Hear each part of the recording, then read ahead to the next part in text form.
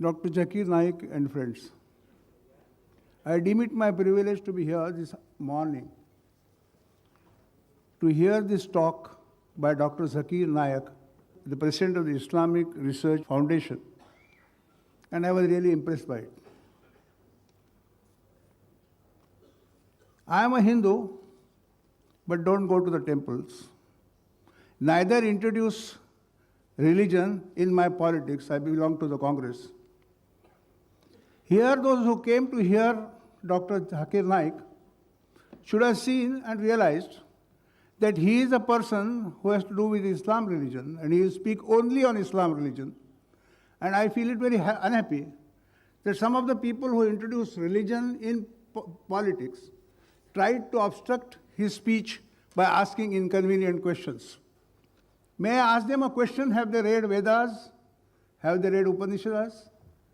Have you read any of the religious scripts? Or because it is convenient to be a Hindu to come in power, they want to canvass religion? My submission is, most respectful submission is, here I came to hear a Muslim scholar on the topic what his religion wants to convey. Whether I accept or I don't accept is another thing.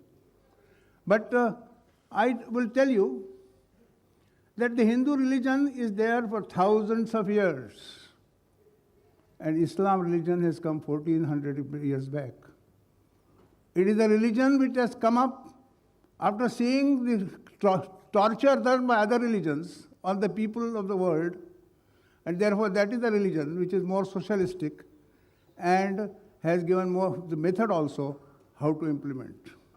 I remember in 1978 when I contested from Thana, from this beauty, I met my friend Ishaq Narvel, advocate, and he gave me the translation of Quran in English, which I had gone through before I contested election.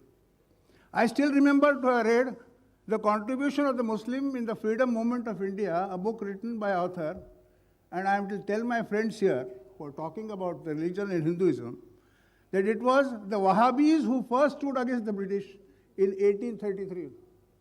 It is not the Hindu that collected together to fight the Battle of Independence, but it was the Muslim who fought the Battle of Independence. It is unfortunate that both of us don't go together. It is unfortunate for this country, but it is really equally unfortunate that some persons want to canvass it and make it a point in politics to introduce religion. I am really impressed by the speech. I have learned a lot. Not that I agree with whatever he has said, but it's a way of thinking and certainly deserves serious consideration. And I am thankful to him. I thank you all.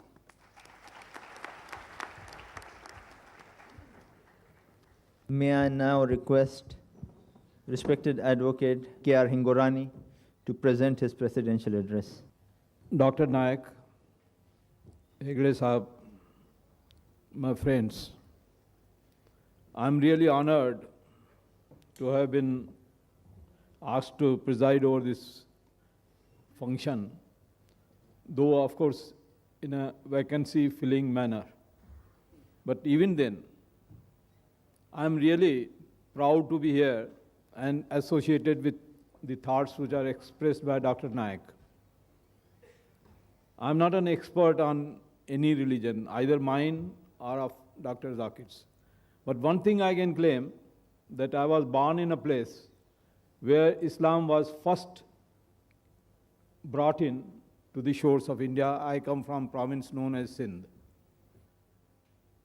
For the first time in my life, I have heard a Muslim scholar, though I have heard so many Muslim Maulanas, who can understand and really read the things comparatively, not only from an exclusive point of view, as normally it is misunderstood by us, that Islam is an exclusive religion, only meant for compartmental people who believe in certain things and who disbelieve in other things. When he said that we should bring out the commonalities, the common things between the different religions first, and then disagree upon the points which we do not agree upon, I think this is one of the best statements that I have heard in my life.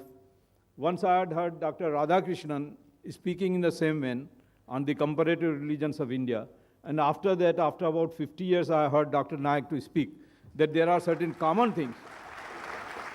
And really there are certain common things, because when he spoke about the taqwa, it's an Arabic word, I think that is the pronunciations, and he said it is God consciousness, I was reminded of my own Shivaism, Kashmiri Shivaism, which also talks about the God consciousness as being the fundamental force in life, that everything emanates from it. It is not born, it is not created, it is not come out of the womb of a woman, it is self-evident, Swambhu, it is there in existence since time immemorial. When the time had not started, Shiva was there, and when he talked about God consciousness, I was reminded of that. Hinduism as such is not restricted only to Vedanta. The four Vedas are also very difficult to understand. Of course, he has studied them. I bow before his scholarliness, and I feel that what he says is correct. And I quite agree with him that Hindu word is a geographical connotation, and I'm proud to say that it came into existence because of the Sindh. When the foreigners came to India, they tried to cross the Indus River, especially Sikandar. And he said that it is Sindhu. It was told to him that the name of this river is Sindhu. And being an Iranian or a Yunani, he could not pronounce Sindhu. He said it is Hindu. Hafta Hindu, they call 7 rivers as Hafta Hindu, 7 rivers. So I'm proud that the word Hindu has come because the Sindh was there. And really in India, we need this type of thing, because much misconception has gone there that Muslims are terrorists. Somebody asked a question. I mean, I think this is the most reprehensible statement that was ever made, that Muslims are terrorists. This is all nonsense, and it should be curbed. And it is because of this that we feel that we are so insecure in this country. You cannot treat a Muslim as a terrorist because he is a Muslim. He is a fundamentalist. If he is a fundamentalist of the color of Dr. Naik, I welcome him. I'll welcome him to my house. And you must also know, of course, I have to talk about these things which I never wanted, because when I came, I had a spiritual experience by his talk. But then recently, 2-3 days back, there was a news in the paper that the front man for the person in Dubai is a Hindu. I'm referring to Dr. Ramesh Sharma. He is the man who they claim to be the person who coordinated all the works of Dawood sitting in. Now, whom will you say? A Hindu is a terrorist or a Muslim is a terrorist? Therefore, please forget these things. Forget about Muslims have been there. Bad kings from Muslims were there, bad kings from Hindus were there, and they need to be improved. But you can't say or hold anything against Dr. Naik for what Alauddin Khilji did in his times, or what Aurangzeb did to his brothers, or what Akbar did. These things are nonsense. These are facts of history which you have to gloss over. You want to live in this country, try to understand the common things between the parties. Bring them out. I'll request Dr. Naik to go into Hindu congregations and try to make them understand what Islam stands for. And as far as my personal belief is concerned, I think Islam is one of the greatest things that has happened to this world. Thank you very much for giving me this honor and hearing me out.